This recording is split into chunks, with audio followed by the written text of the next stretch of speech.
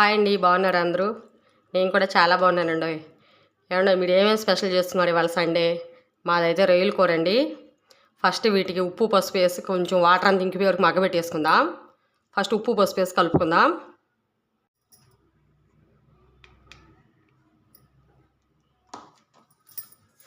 పసుపు వేసానండి. ఇప్పుడు ఉప్పు వేసేసుకుందాం. ఇప్పుడు చక్క కలిపి పెట్టేసుకుందాం 10 నిమిషాలు అడ పక్కన.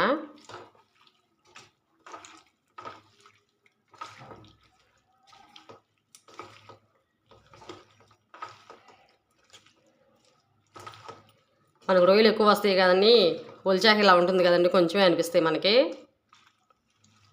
కేజీ అండి ఇవి.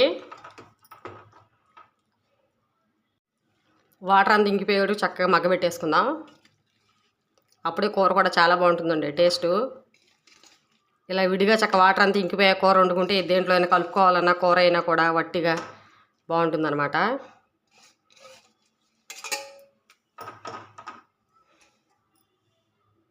ఆయిల్ కూడా వేసేసుకుందాం.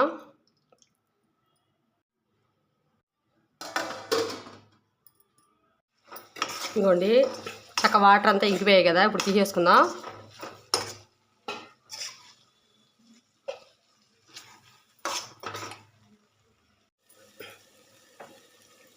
ఇప్పుడు ఆయిల్ వేసుకుందాం మళ్ళీ కూరకి. నేను 2 ఉల్లిపాయలు అలా కట్ చేశానండి.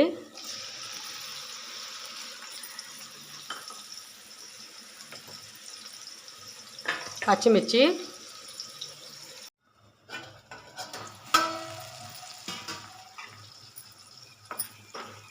ఇదిగోండి ఉల్లిపాయ మగ్గిపోయింది. ఇప్పుడు ఉప్పు పసుపు వేసేసుకుందాం. ముందరైనా వేసుకోవచ్చు, నేను వేయలేదంతే, అప్పుడైనా వేసుకోండి ఉల్లిపాయతో పాటే.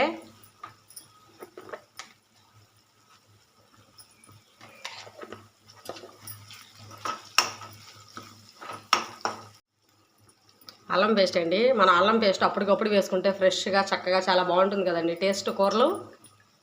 నేను ఇప్పుడే వేసాను అల్లం పేస్టు మిక్సీకి. ఇది కూడా చక్కగా పచ్చివాసన పోయే వరకు ఏం చేసుకుందాం. ఇప్పుడు రొయ్యలు కూడా వేసేసుకుందాం.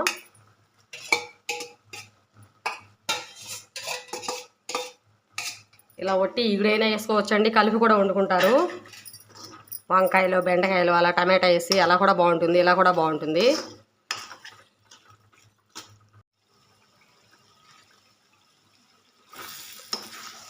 ఇప్పుడు కారం వేసేసుకుందాం.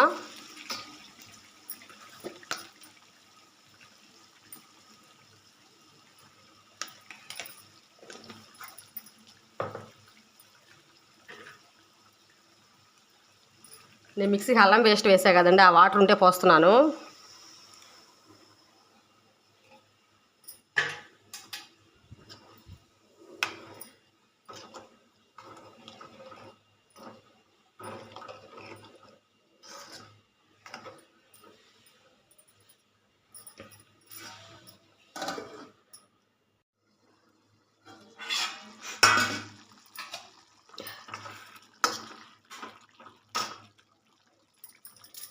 ఇదిగోండి ఇప్పుడు కొంచెం గరం మసాలా,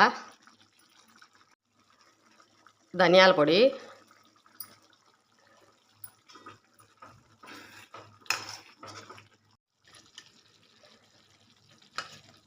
అంతేనండి అయిపోయింది. లాస్ట్లో కొంచెం కొత్తిమీర, కరివేపాకు. అంతేనండి, ఎంతో టేస్టీగా ఉండే రొయ్యల ఇగురు మసాలా కర్రీ అండి రొయ్యలు. ఇంత చూసి వెళ్ళిపోకుండా లైక్ కొట్టండి ప్లీజ్, లైక్ అండి. దీంట్లో చారు కానీ అలా ఉండి ఇంకా చాలా బాగుంటుంది. ఇలా కూడా కలిపేసుకోవచ్చు, కొంచెం ఒక చుక్క అలా కూడా పెట్టుకుంటారు చారు ఉంటే కూడా బాగుంటుందని.